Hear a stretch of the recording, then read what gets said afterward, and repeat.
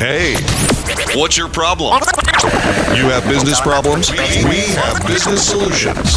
One might think, but most likely not. Maybe. Yeah.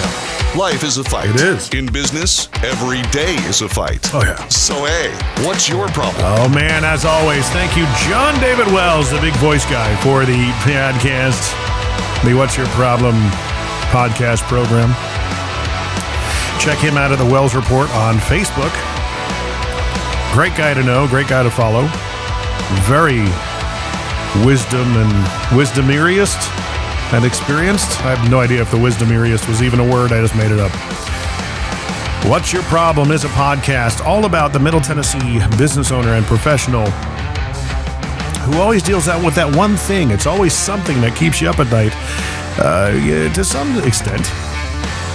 This is a video and audio podcast. Check us out at whatsyourproblempodcast.com. We'd love to have you follow along, share, rate. Ashley Bright, if you listen to that episode, she told me with no uncertainty, you better ask for 5 stars. If you can't give me 5 stars, then let me know how you can give me 5 stars. What do I need to do? Aside from bribing you. Let us know. Whatsyourproblempodcast.com. I am your host, Jim McCarthy with JimMcCarthyVoiceovers.com. And today, another BNIer, Mrs. Kristen Williams. I don't know why I feel obligated to give everybody a title. It's always Mr., Mrs., and I always screw it up when there's a Ms. involved. But I know you're married, so I can call you Mrs. Yeah. Does that make you feel old when I say you Mrs. Kristen Williams? Not really. No? I'm actually one of those interesting people that like it as a sign of respect. Right. Has anybody called you ma'am yet? Yes, Really? and I weirdly like that. Nice. Yeah. So Kristen Williams is with Capital One. You guys have heard of them, I'm pretty sure. But first, of course, what we do is the Random 5, which is brought to you by that logo up there right now. It'syourshow.co. If you want a podcast like this with, decent intros and features and produced pieces, and you don't want to reinvent the wheel, and you want a ton of internet content for the socials, the TikToks, the Instagrams, podcasting is where it's at, man. It's the easiest way to conjure up a whole bunch of micro content and not, have to do a whole bunch of extra filming. It's all natural. It's authentic. It's based on a really, stream of consciousness conversation. Podcasting is a marketing machine. Check us out, it'syourshow.com or .co if you want your own podcast. All right, here we go, Kristen. The Random 5. You ready? Ready. I have to pull it up on my phone. Question number 1. What's the last funny video you saw? Ooh. I like to watch a lot of clips on Instagram from Business-wise? No. But it is a channel called Drunk People Doing Things. And the last one I just remember offhand was they were taking a pizza out of the oven and, of course, forgot oven mitts. Oh, That's nice. Something you need your full brain to think of, apparently. Apparently. I mean, I may have been guilty of doing that. Who knows? Mm-hmm. Okay, question number 2. What do you do to get rid of stress? Yoga. I actually teach yoga, hot yoga, locally here in Nashville. Now, I have no idea what hot yoga is. My male-dominated brain, that's kind of perverted, goes in a certain direction. I'm sure it's not that, though. No, you're in a room. It's about 98 degrees. Oh my and God. You can control the humidity so that you don't die. And then you do yoga, sweat it out, feel great at the end that you survived. That reminds me of a friend of mine told me she was coming back from Hot Box. And I'm going, okay, I'm just not going to say anything because my mind goes in different places. It is like that. Yeah. But I guess that they heat up the room for boxing. Mm-hmm. Yeah. Yep. I'm such a guy. All right. So question number 3, what is something you are obsessed with? I am obsessed with playing Uno. It's a Really? weird, I am very competitive and I love it. I could probably do that for hours, actually. Interesting. I can't think of any. I don't know what I'm obsessed with. I'll have to give that some thought. That's really sad. I need to know what I'm obsessed Well, with. we could play Uno. Maybe that's your thing. Maybe it is. What 3 words best describe you? Passionate, energetic, and thoughtful. Maybe those 3. I'd say positive. I mean, you're always smiling. I like that one better than energetic. Yeah. There we go. They're I'll one and the take it. same. Yeah, energetic. I guess you could be negatively energetic, but so question I don't want number to be passionate. Yeah. Question number 5, final question. What would be your perfect weekend? Ooh. I work a lot throughout the week, so I'm kind of a homebody. My perfect weekend is turning on some old crime episodes, whether that's CSI, Law and Order, any of their old seasons, and grabbing some popcorn, a blanket, just watching reruns with my husband. There you go. Favorite. Right on. Yeah. But you'll get there. It'll just naturally happen. Yeah. You know, Yeah. those things just kind of happen over time, especially when you have kids. Can't really go anywhere. Yeah, we're enjoying it while we can. Right. Well, there you go. The Random 5 brought to you by it'syourshow.co. Check us out and on with the show here. So Kristen works with Capital One. She's the person that gets in front of other companies and signs them up for credit card accounts, and helps them out with that kind of a thing. And getting into that, you came out of Memphis, grew up, went to school in Murfreesboro, MTSU, and decided you were on a track that looked like anything to do with what you're doing now. Yes. You wanted to go into the Fair. the health field. Yeah. And it just goes to show that, even when you go to college, sometimes you just don't know who you are until you're in your early 20s, mid to early 20s, you figure it out. You think you know when you're 18, but there's one thing you mentioned to me, though, that you said that was, I knew that I was either going to be a lawyer or a salesman at some point. But you went in the health direction. Why is that? Well, I feel like when I grew up, I was always told you should do something to help people. You should do something to add something. And so Right. I thought if I'm a health major, I can help people that have diabetes. I can help people feel good about their body. I can do all these things. And when I learned how health majors really make money, which is primarily insurance, I was like, ooh, that's not what I was envisioning. Which insurance, God bless the people on the line when you call for claims. But it didn't make me really get out of the bed passionate in the morning that I was actually helping people. Right. You weren't waking up saying, man, I can't wait to do this again. Right. And it definitely just wasn't the career that brought life and passion to me. And Did you know that pretty early on, I did. getting into it? Pretty much right after I graduated, I learned very quickly that there is not an overabundance of jobs for community and public health majors in the world. Right. And so it was either go back and get your master's of health degree or think about something else. And it was this weird moment where a recruiter called me at the right time. And I was just like, why not? Why not try sales? It's just something I've always kind of been told I would do. So What other sales would you consider trying? Even though it had been seeded in your mind early on that, hey, you'd be a good attorney or a good salesperson. To me, attorneys and salespeople are one and the same, yeah, they can be for sure. Attorney, you pretty much, he's got you by the law and you're under, subpoena or whatever. So he's got to make sure he's got to sell to a jury or be convincing in some way, or he or she. Yeah. So what other things would you have considered selling? Well, I do love what I sell today. I love working with local business owners. It gives me so much joy. In the past, I've sold fuel cards, and that was really interesting, learning about the transportation industry, learning about the heartbeat of America. I love that. Have way too much facts in my head about trucking and all of that. I would say any product-based selling, I wouldn't mind. I like anything that adds value, anything that I can believe in. Those are things that I can sell. Now, we talked about in the random questions, the 3 words that describe you best. Positivity came up. You are extremely positive. You're always smiling. You're always laughing in the chapter with us in the morning on Wednesdays. Where did that come from? Is that something that you have to work on every day, or is it just naturally? You're just always a laughing person.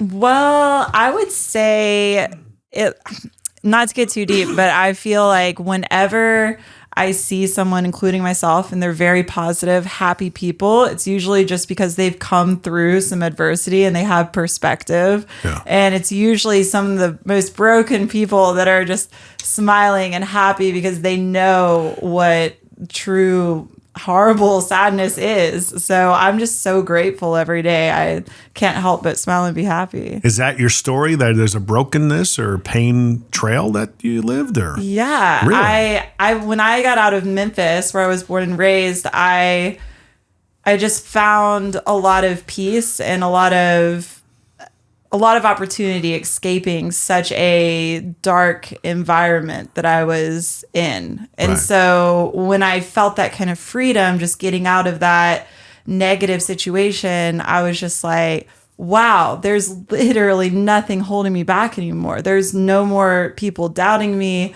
I can control my future to an extent. And that, it just filled me with so much happiness and gratitude.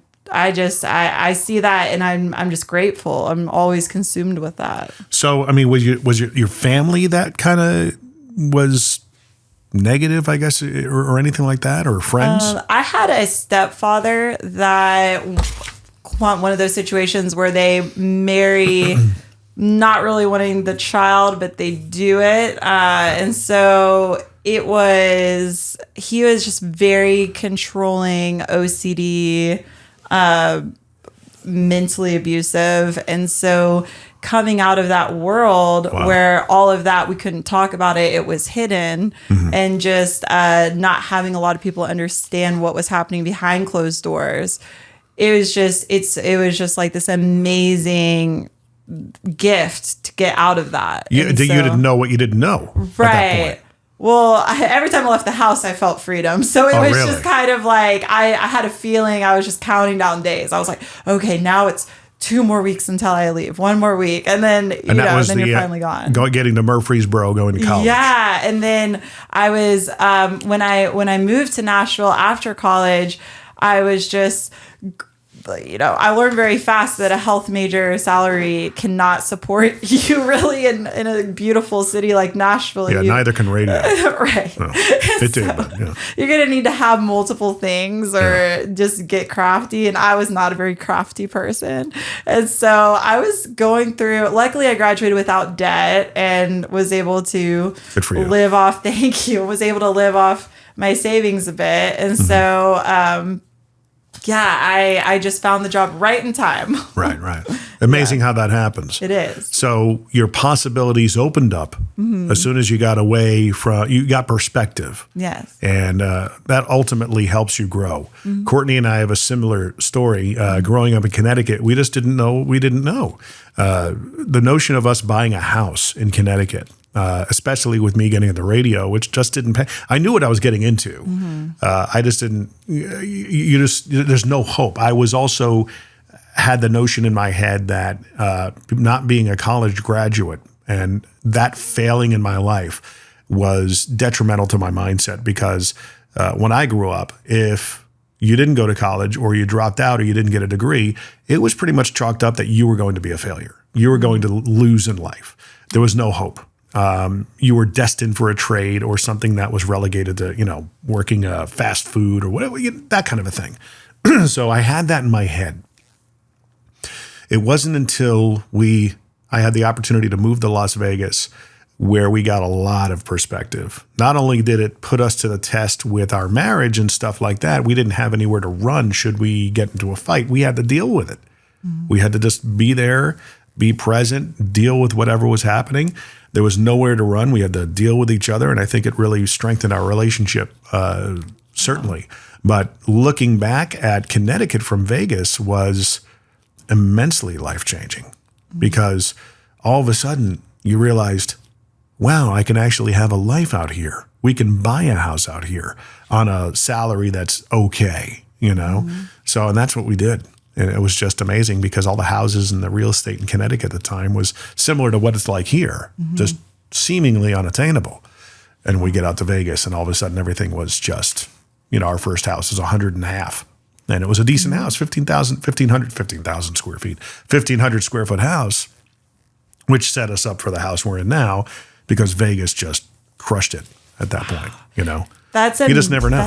What kind of stands out to me is just having that faith that it will work and y'all leaning on each other and trusting. Oh, we didn't have the faith. We just had to deal with it. We didn't know if it was going to work. You were just in the swamp together, like you just deal wading through. No matter what, you're there together at least. My mindset didn't shift to go to manifesting a positive life and outcome literally until the last 6 years.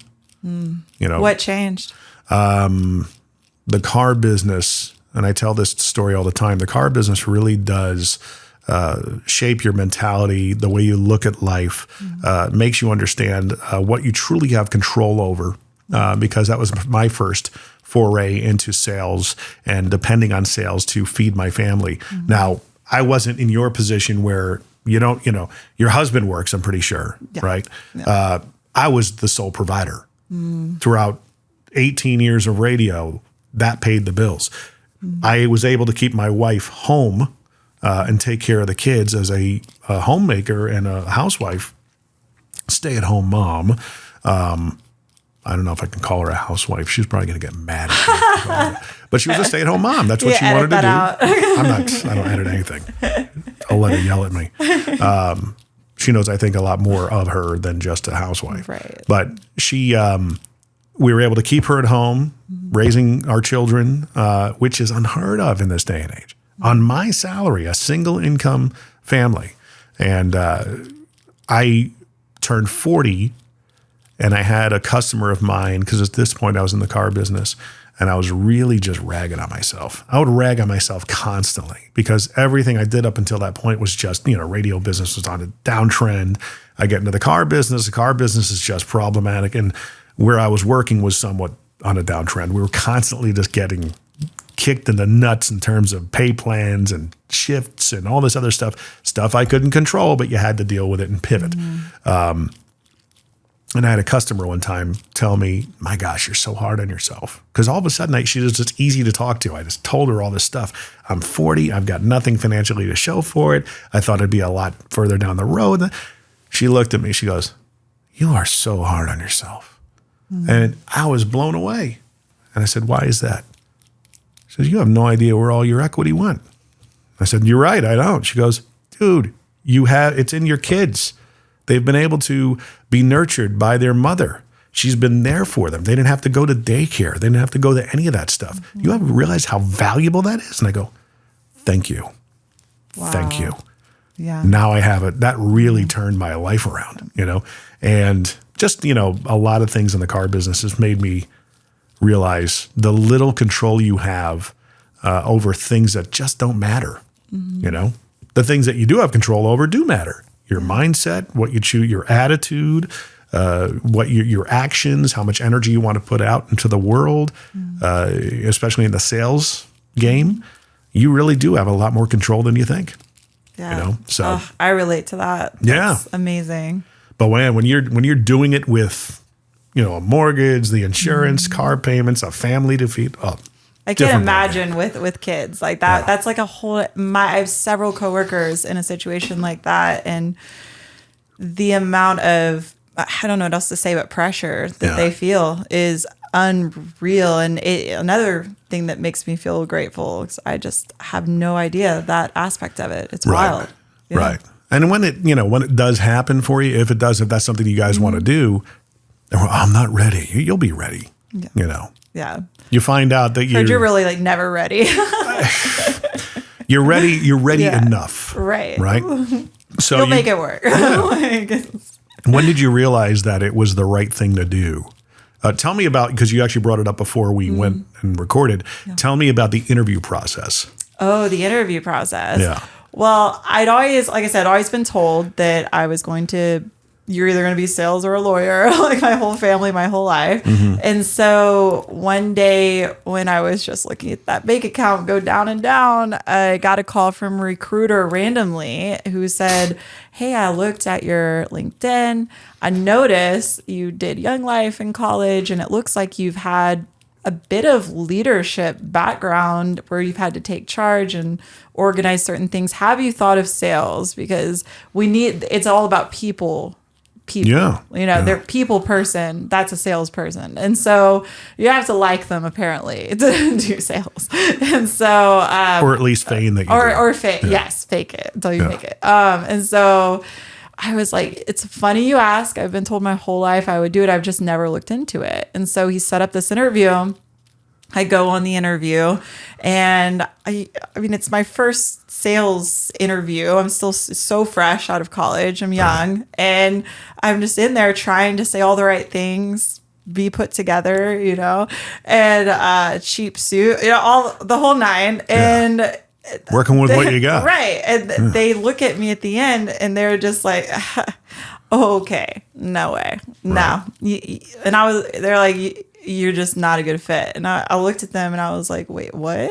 What do you mean? And cause literally my whole life I've been told I am. And they said, you're just too nice. You're too nice. And this job requires grit, and we just don't think you have it. And my Memphis How long did the interview, was it at that point? That they made that determination? It was maybe 30 minutes. I mean, if that. Yeah. And so, and it was my first real interview. And so I was a little nervous. And so they said that, and I was just like, I mean, if you need to see me care, I can show you. I'm not just going to back down. Like, I want this. Like, I want a shot. I want to prove you wrong. Like, give me a chance. And they did. They were like, you know what? We haven't had someone try to fight for it when we've said no before. We're actually impressed. Like, yeah, you're hired. So do you think that was on purpose that they did that? I've asked myself that. Now, I did ask my manager later, because I ended up getting promoted out of the entry level 100 calls a day role.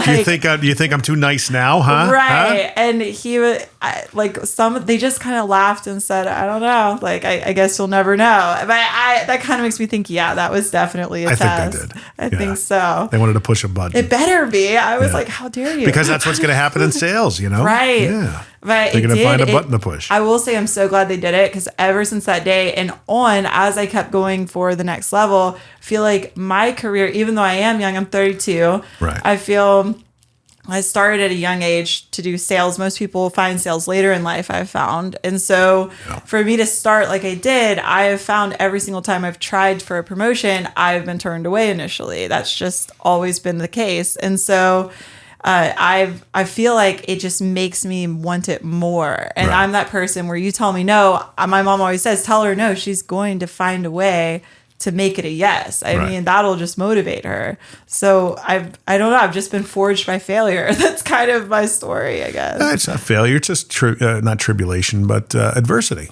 Yeah, but in the best way. Like, I actually think I'm proud that I've failed so many times, because it's like, I actually think it's a good thing, because then it gave me that grit of endurance of rising again. That's it makes what you me need. want it more. Yeah. Well, I mean, that's what do you train with? Do you have any mentors that you listen to, podcasts? Oh, yeah. I'm a huge Brene Brown fan. Like, she is everything. She has this TED Talk where it talks about a superhero pose and power posing in the mirror. And I'm not even lying to you. My first outside sales interview I've ever done, I was the person that was in the bathroom alone, power posing, looking in the mirror like, Kristen, you've got this. You're strong. You can do it. And I felt like idiot. I felt horrible.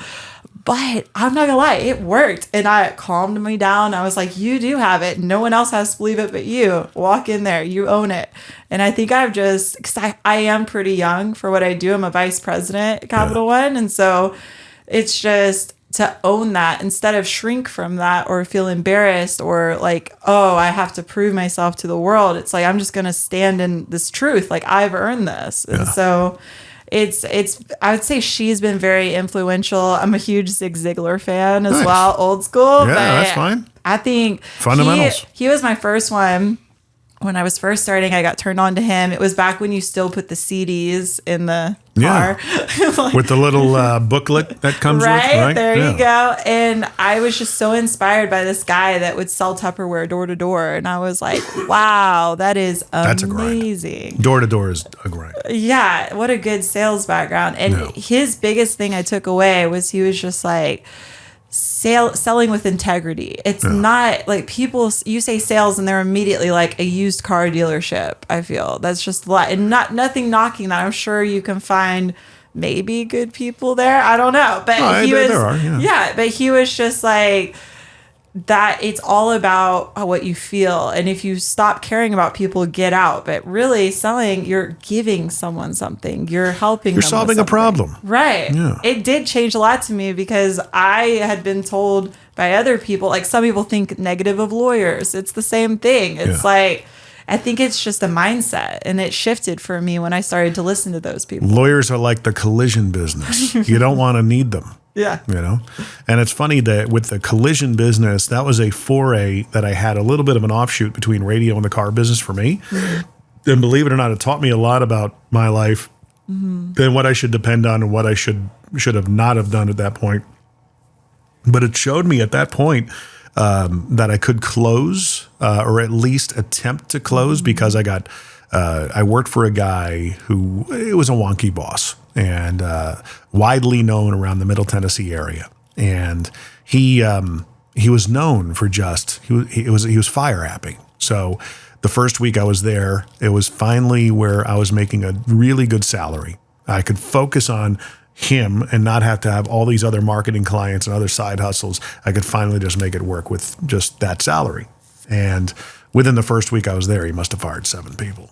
So Courtney, she goes, "Oh, hey, we're going to do." I said, no. Put the money away.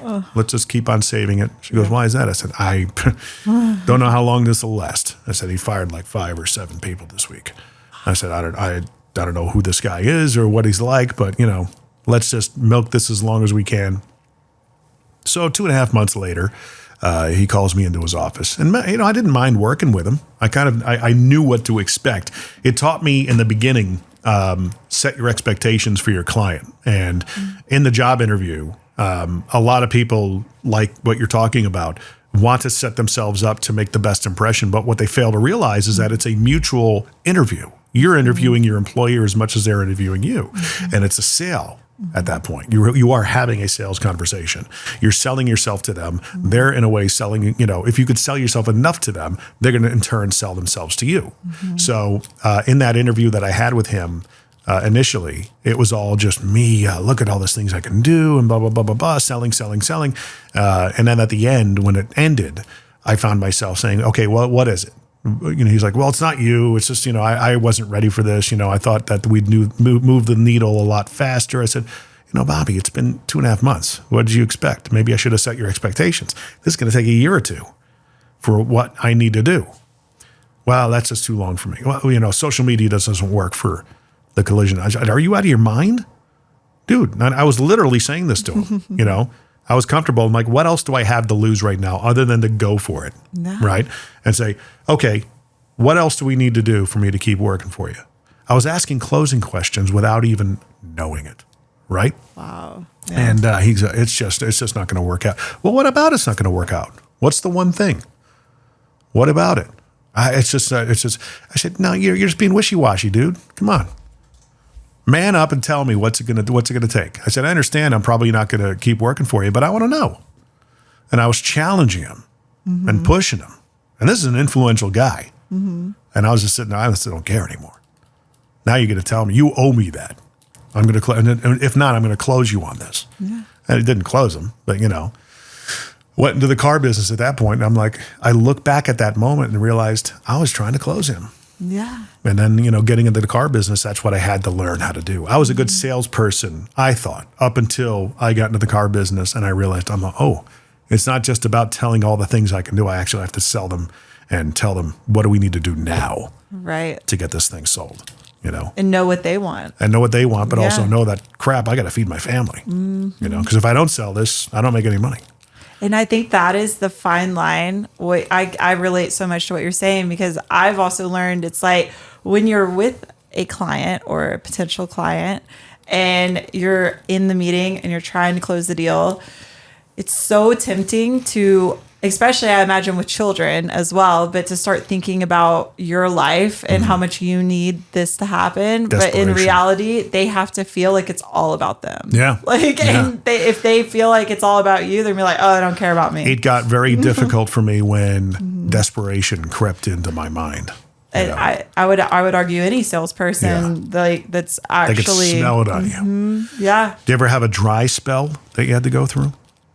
I did when I was first starting, and I was one of those that loved chasing the whales. The whales, the big deals. They take time. Those I know, and it's like I such call a them rush. the steak clients, but you got to get some hamburger clients too. Right. Fill in the holes. Right. Yeah. And that's what I had to learn. That's it. Yes. I had to find some, the smaller ones to fill in the pipeline, to supplement your number and have you still hit it until you close the monsters. And I was just like, I was so focused in on those big ones that I was letting my number go away at first. And then I was like, oh no, I've lost my number. I need to go sell everything. I've got some momentum with the monsters, but I got to get some goblins, right? I love that. Yeah. Yes. And so I got the whales. I need to get some marlins and bluefish and, that kind of thing. That was a huge learning for me, because I've always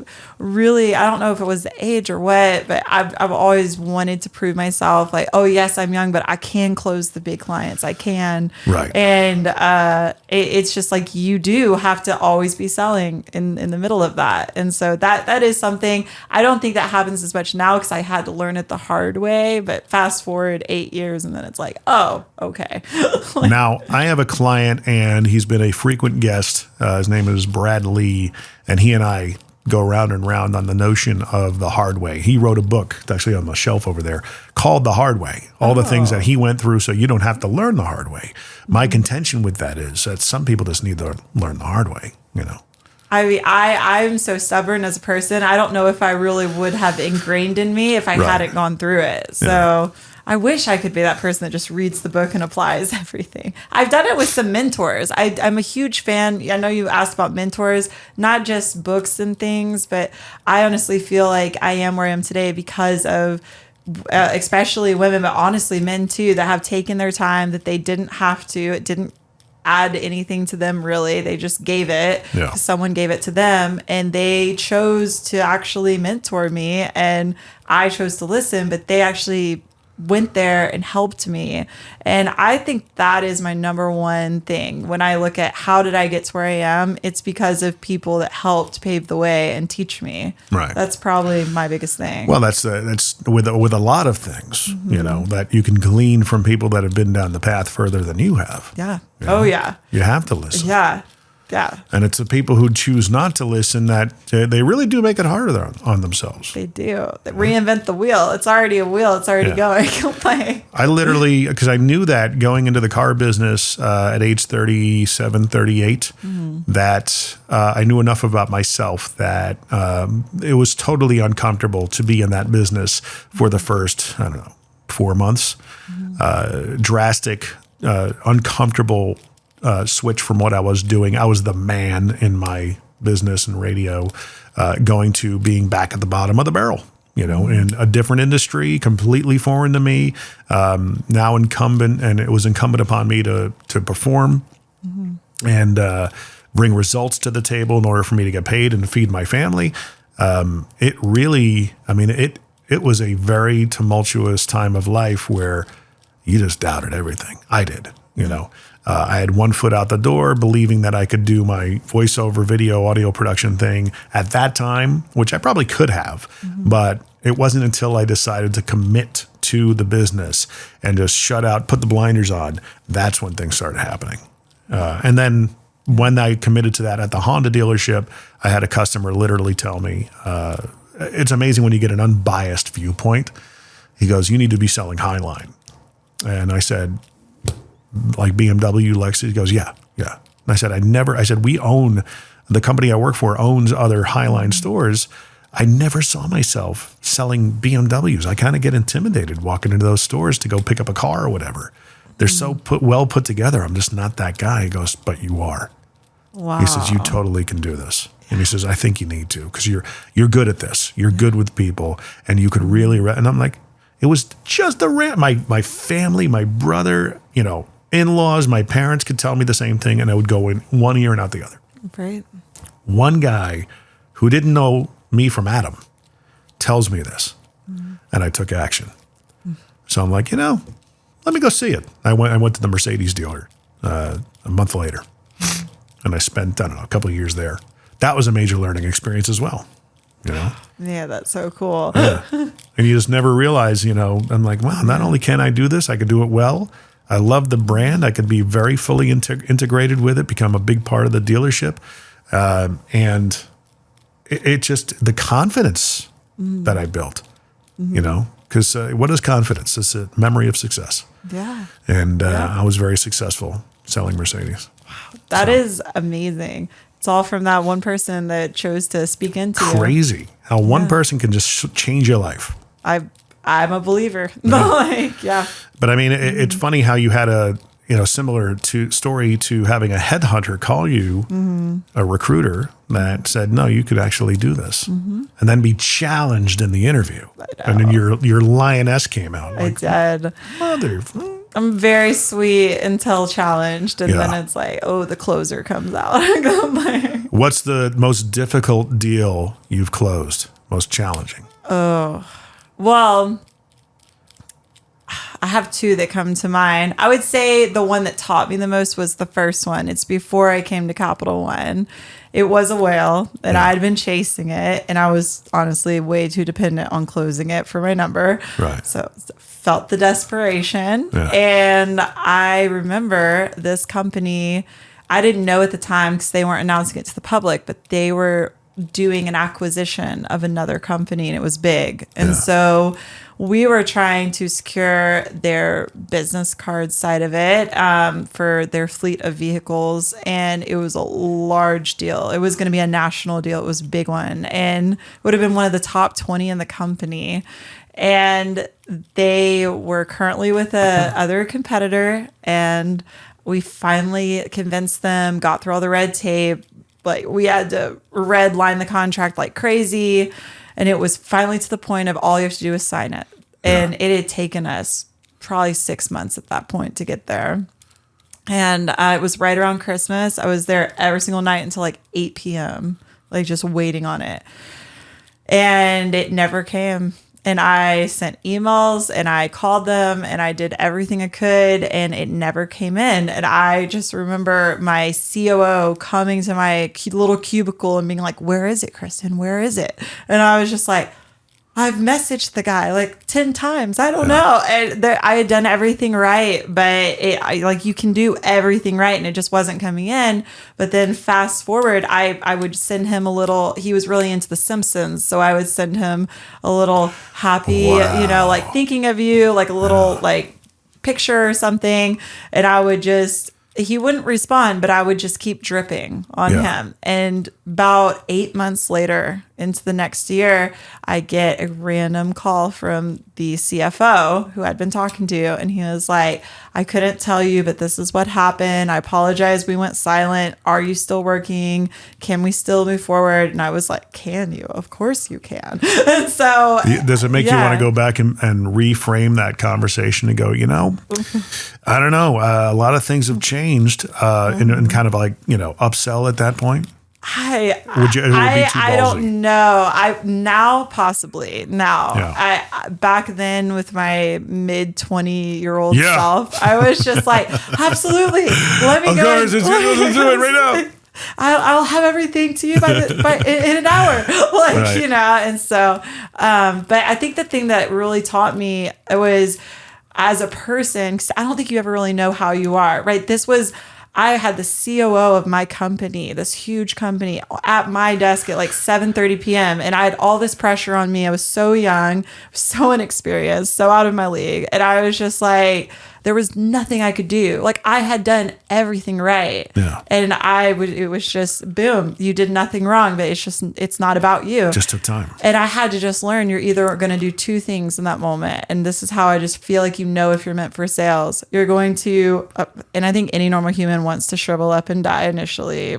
That's just normal. Yeah. But I think the difference between someone that's going to stay in sales and love it and someone that's just doing it to make money, and which is fine, but they may not love it, would be, for me, I couldn't let it go. There was something inside me that the thought of getting them back was this rich and exciting prospect that I just couldn't stop thinking about. And so I was going to keep after it until they literally told me no. Like they would respond kind of like you did. Like I was like, you have to tell me something. Mm-hmm. And so for me, that is one deal where I look back and I'm like so proud that I didn't walk away. And just feel, because a lot of people will just say, okay, it's dead. I'm just going to never call again. Right. And I didn't do that. And then I was also really proud that I not only didn't walk away, but I kept after it and I kept developing the relationship. And so I don't know, because I just think I've learned in my career, it comes around. Things can come back. It's cyclical. Well, the key word is relationship. Mm-hmm. You know, selling I guess Simpsons memes or whatever. I know, knowing that, but we'd had that conversation enough for me to know he likes The Simpsons. Yeah. So, yeah. And that's one of the big things because you're in a commoditized industry. Right. Yes. And it's a similar conversation I have with people around podcasting. Mm-hmm. Some insurance people, mortgage people, real estate people, they want to do, shows that are regarding and around their industry. And I go, well, actually, I had it with one of our other chapter members. He says, do I do a podcast on insurance? I go, no. Who's going to listen to that other than other insurance people that are in the business? As a consumer, I said, and I tell every insurance people this, or insurance salespeople this every time, verbatim. You're selling possibly the most unsexy thing, the unsexiest thing ever. Insurance is not sexy. I get why you do it. Mm-hmm. It takes a long time, long obedience in the same direction to be successful at selling insurance. But let's get real, man. It is not sexy.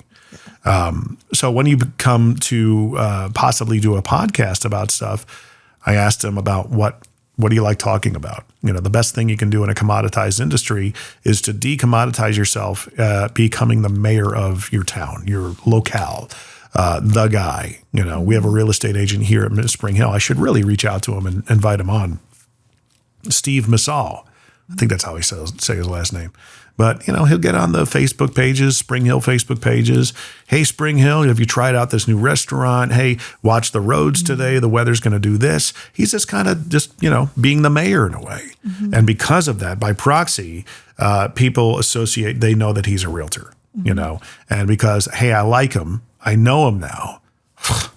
Know, like, and trust. Those are the three tenets of becoming a good salesperson. Yeah. And then almost, I would imagine he gets, deals or introductions and things of that nature from different people and builds his business off of it. Same thing with you, But getting back to our fellow chapter member, he said he was big into basketball, high school basketball. And I said, okay, we could probably build a podcast around that and be it hyper local, and have it be sponsored by your insurance company and you as an insurance broker. Mm-hmm. And I said, what else do you like? He goes, I love bow hunting. Dude, boom. Okay, do you have insurance policies that can cater to bow hunters? Well, yeah. I said, okay. If you're thinking about doing a podcast, do it about bow hunting. You like talking about it? I love talking about it. Dude, the bow hunting show. Sponsored by, hey, this is, it's powered by this. This is what I do. This is my day job. But I love bow hunting. I love that. I said, can you sell in multiple states across the country? Yeah. There you go. Dude, come on. It's a no-brainer. Same thing with you.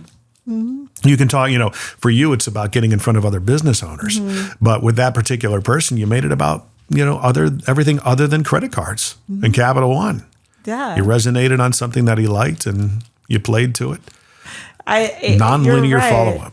It is a lot like that. It's just developing a relationship, a friendship, bonding over something that's not necessarily work related. They remember. I always try to do something outside of the realm of how is the weather, crazy weather, and just have it be a Small little talk. more personal. But how do you drill down even more? When the car business, when I was working for Mercedes, it was an easier follow-up because you were typically dealing with people that thought cars were cool. They thought, the Mercedes brand was sexy. Yeah. So following up with them, even though they wouldn't buy the car at the time, I knew I would ask the question, okay, I'm going to follow up with you, every month, maybe 3 months, 6 months. I know what kind of cars you like. And every time I come across one, I'm going to send it to you. And I wouldn't even ask if it was okay. They would just go, all right. And typically I would say, hey, we just got this car in. It's cool, isn't it? Yeah, it's cool. You want to come check it out?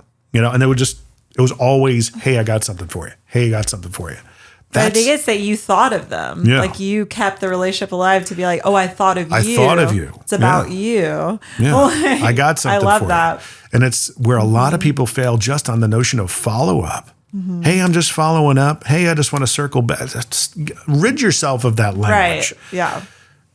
I've got something for you. Start there. And if you don't have something for them, don't follow up. Yeah. Because it's going to be noise. It's going to be just echo chamber bullshit. Give them something that they could take, Hey, I've got something for you. I got a new video. The Mercedes just came out. Check out this new feature that they just, I know that you really like this feature when we test drove the car. Look how they developed it, I love that. Right? Another one that I've done similar to that will be, so I work with all different kinds of companies. Yeah. Will be, a lot of them will have websites. Some of them have blogs. Love it when they have a blog. Some of them have podcasts. Yeah. And I will make it a point to at least read one blog post, listen to one episode, do something where I can just say, hey, I wanted to, just touch base with you since we last spoke. Yeah. By the way, rid yourself of touch base. Get it out of your vernacular. interesting. Your blog, when you listen to somebody else's blog, and this is actually a tactic I've been deploying on LinkedIn, is, and I'm trying to get better at it, but I was told to comment, actually Ashley Bright told me this, comment on people's, influential or otherwise posts. And that is particular and specific to what they posted about. If you look at a lot of posts on LinkedIn, people are commenting, but they're not saying anything. They're just saying that stuff that's very, oh man, you knocked it out of the park. Or they give you the 100 little, emoji, or the fire or whatever. You're saying, oh my gosh, you're so right. Okay, what am I right about? Be specific. What really resonated with you? And it drives me nuts because I'm like, everybody sees through what you're doing, dude. You're just commenting just to comment, just so people see you commenting. So I try to be intentional and read what they said in their post and then say, hey, that's kind of like the time I did this. I completely agree with you on this point. And here's why. And here's my take on it. Yeah. Same thing with follow-up, man. Well, I think what I was saying with there, maybe I should have said that would be a follow-up conversation. It would be like, we've already spoken.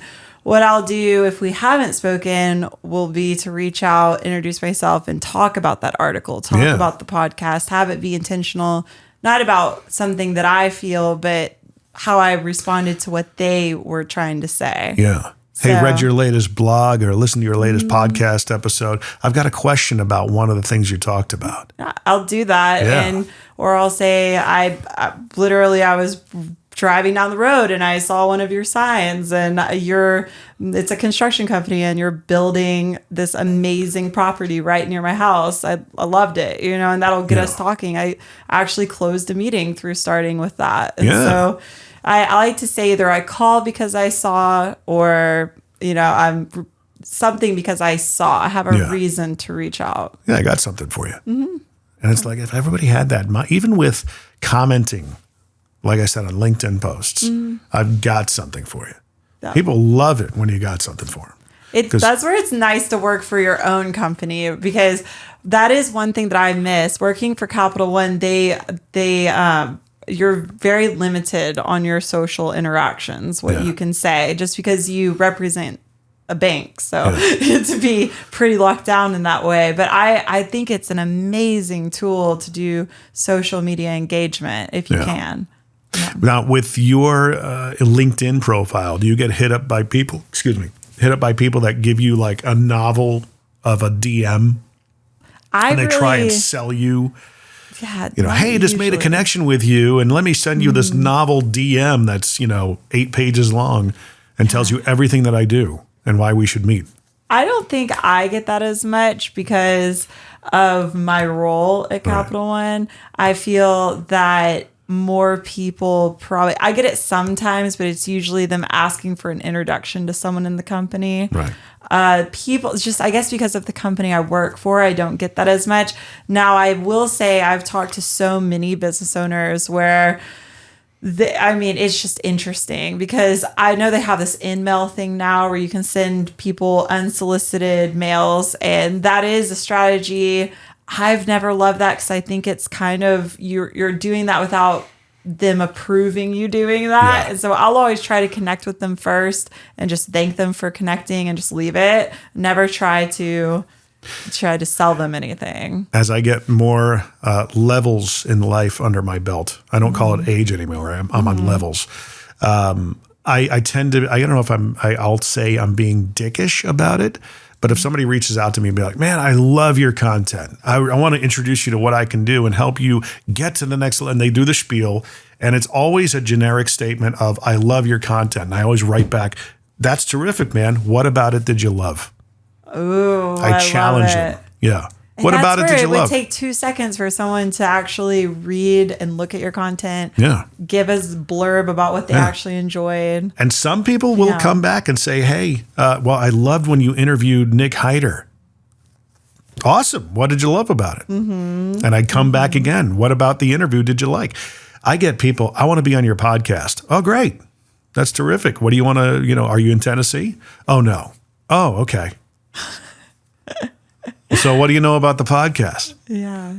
Well, I just think I would be a really good fit. Why? Because you do know that on my podcast, if you listen to it and if you watch it and you follow along, I only do in-person interviews.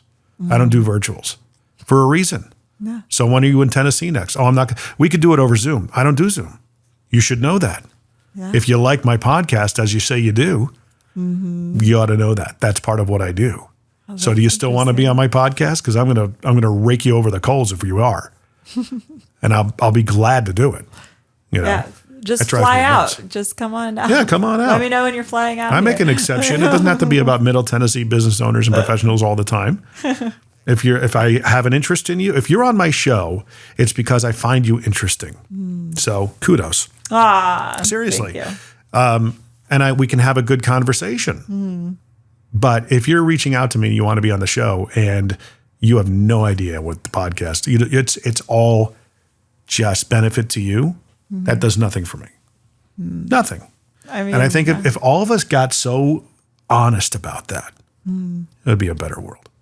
Oh, yeah. Right? Intentionality is, I feel like it's a missing art nowadays.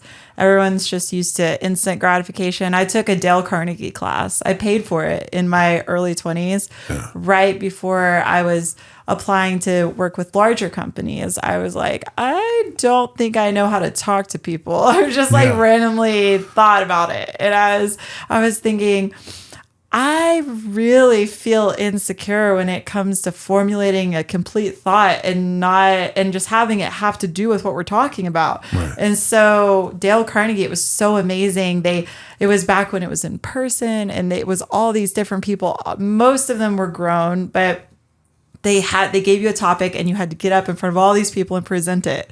And then they would give you real-time feedback. Oh. And it was almost amazing. Like Toastmasters. A lot like Toastmasters. Right. And so I did it. It's like 6 to 8 weeks, once a week on Thursday night for 2 hours or something. Wow. And I did it. And I would have people come up to me and say, you sound different on the phone now. What changed? Mm-hmm. And that was when I knew. I was like, wow, I really did struggle with that. And my point in that is I feel that being in my mid-20s at the time, I was raised with computers and a phone and a screen, and I just didn't really know how to communicate. And I know people talk about it, but being part of that generation, I really noticed, wow, people literally can tell that I sound different when I'm talking to someone. And it's just having the confidence to look at someone in the eye to be like, I will be able to respond and pay attention to you. It was a huge deal. And so I think being intentional, learning to actively listen, learning to actually read like someone's blog, listen to a podcast, be intentional, having the thought to be intentional. It was a learned thing for me. It didn't come naturally. I wasn't really seeing that growing up. So crazy. It's the be them centric mentality. And that's a phrase I came up with years ago. Hashtag be them centric. It's not about you. It's always about them. Yes. Then it becomes more about you the more you make it about them.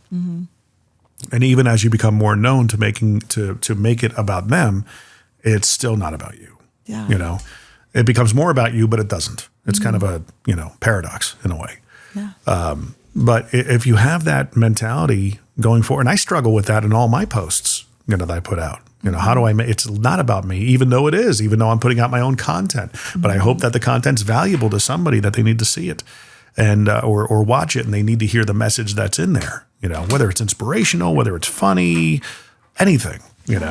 My daughter started doing the clips for me for my podcast, and she pulled out, have I never thought to make the random 5 clips? So the last 2 we put out were based on a random 5 segment with Tyler Krause, where he just answered these questions that were so deep, and they were great clips. What was one of them was, what is the, how does your view of a quote real man differ from society's definition of it? Wow. Current definition. And he had a great answer. And my daughter, who's 16 years old, I didn't tell her to pull it. She just naturally, put it all together, and it spoke to her, I guess, at some point, and it was just kind of funny. I love that. And I love random questions like that. I was listening to a podcast one time, and I think you're onto something, because I don't normally remember everything I listen to, but I did remember they end every podcast where they have someone on. Yeah. They end it with, it's kind of a weird question. They're like, okay, what food would you have for your last meal? It's like, wait, what? And that's every single podcast ends with that. So that's why I remember it. I was like, what? I take a note from a show I used to listen to in my radio days, the old Opie and Anthony show. And at the end of every show, they would do the "What Did You Learn" segment. So it's something I've been toying around with whenever I have a guest on, asking them, so as we wrap up, what did you learn? So you know what? Why not? Let's do it. Kristen, there we go. As we wrap up here, what did you learn? Well, I learned that you need to remove the word touch base. Sorry if I was too brash about that. Remove that. No, I love it. It's good to know. And then I learned that it's important to always be all about the other person. It's not about you. And as an only child, I can never learn that lesson enough. Yeah. But you know what? I think you do a good job of it, and you're aware of it, and you make the actions, and you take the actions to, make sure it is about the other person. Yeah. That one I learn every day. Look at BNI. I mean, BNI in and of itself, the meetings every week are all about be them centric. Even though we get up and we tell everybody our commercials, it's about crafting that commercial so the other people in the room can take your message and, something in it resonates. Oh, I've got somebody for you based on what you asked for. You're making it easy for me to refer you. And that's the name of the game in that environment. Yep. And there's so many, the reason why people, there's some of the attrition that happens in the groups is that some people just don't get it. Well, I'm paying the membership, therefore you have to give me referrals. No, that still doesn't work that way. Yeah. That is a huge thing I've learned from BNI is the giver's gain model. I've always heard about it and read about it, but I've never seen it played out in such a real way because as someone that does get quite a bit of referrals, I'm always thinking, wow, there is something in me that just naturally wants to be reciprocal. Of that. So, you do get a lot of referrals? That's good. I do. It's Shout out Andrew at AT&T. Yes. Look at him. Especially with him. Yeah. I mean, amazing. He's such a perfect fit. One of our chapter members in the group does commercial accounts for AT&T. And he's one of those guys that when you're dealing with a behemoth company like AT&T, it's good to have somebody like him in your pocket. Because believe you me, earlier this year, my wife and I had such a tumultuous situation that we had to reset up accounts and all this other stuff. Had I known Andrew, it would have taken probably 10 years, added 10 years back to my life. You know, my poor wife went through, it had to be a month of cumulative talking with AT&T, dealing with their processes and this, that. And it's not that it's their fault. It's just they're a big company. That's how they do things. And he goes, man, if you would have known me, I would have done it this way. We would have been done in 20 minutes. I'm like, gosh. You know, and that's how I position him. If I ever give him a referral, it's just he's the guy in AT&T that'll make the stuff happen. I love that. You know?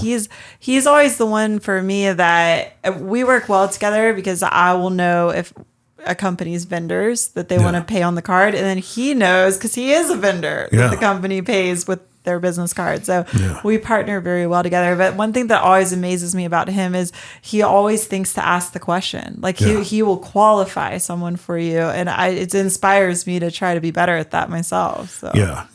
Well, a lot of people in B&I, when they're new at it, they'll mistake a lead for a referral. Right. And there's a difference. So, and he is very good at that. He understands that. Yeah. So whenever you get somebody who's new to B&I and I sit down and have a one-to-one with them, I said, I always tell them you need to learn how to differentiate between a lead and a referral. A referral is somebody who's teed up. They're awaiting my call. A lead is somebody, hey, I saw this person on Facebook looking for granite countertops and, I tagged you. Yeah. Okay, well, that's a lead. Did you DM them and say, hey, I know a guy. He's really good. Here are his accreditations. Here's his number. Hey, do you want him to reach out to you? And typically, I don't give it as a referral until that person comes back and says, yes, I want them to reach out, which I respond, great. What's your best number?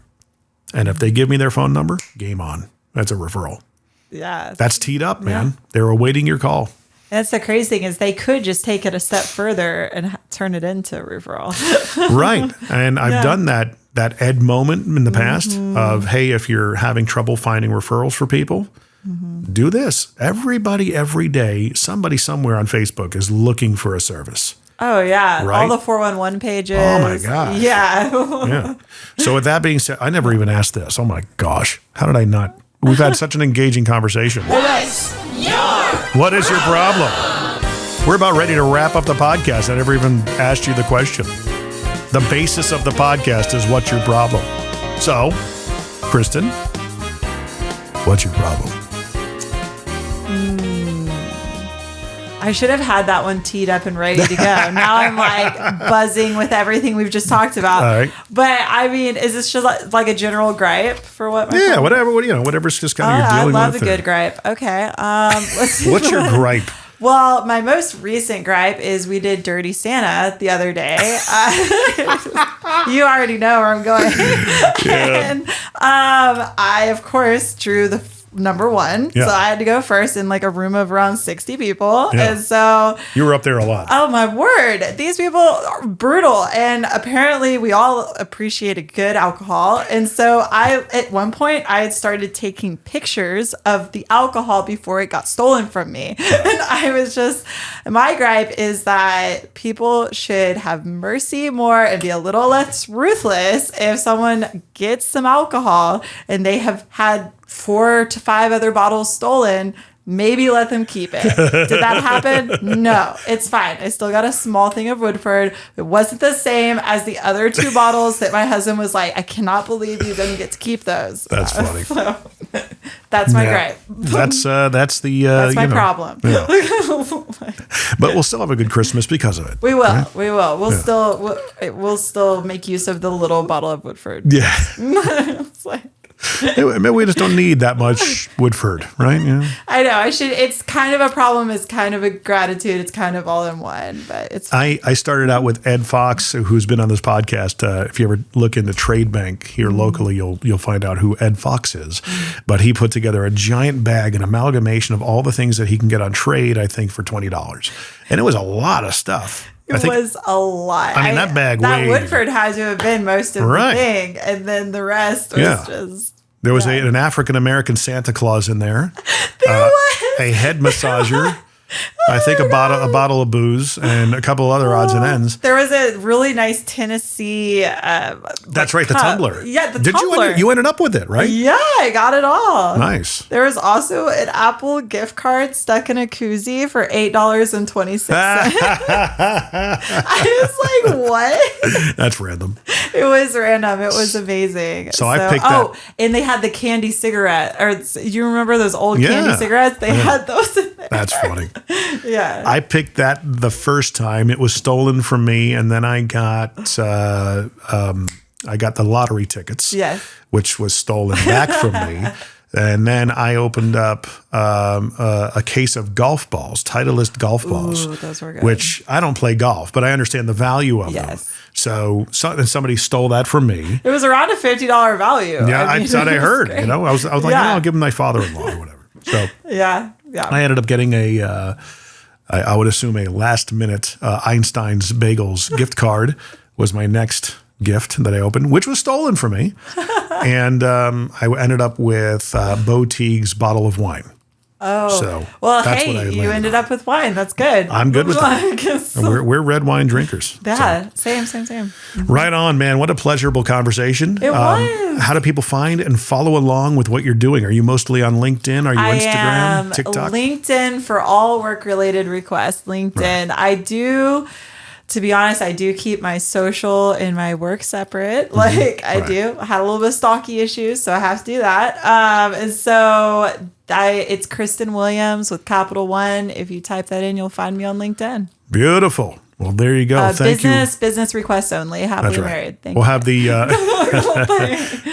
LinkedIn link posted in the comments or the description section of the podcast. So please, introduce yourself. If you need anything credit card related, reach out to Kristen. She is a juggernaut when it comes to that. So absolutely. Thank you for being on. Thank you. It is, of course, time to ask you for 5-star reviews per Ashley Bright's request or demand that I ask for 5-star reviews. So go to whatsyourproblempodcast.com. Follow along, subscribe. Let us know if there's anybody you think I need to be talking to here in the Middle Tennessee area, and we'd love to have them on. Whatsyourproblempodcast.com. Be a share bear. Sharing is caring. Thank you so much. Kristen, Merry Christmas. Merry Christmas. Yeah, we're filming this at Christmas time, so it'll probably come out, in the new year. But yay. Thanks for being on. First podcast. Woo. Nice. Did it.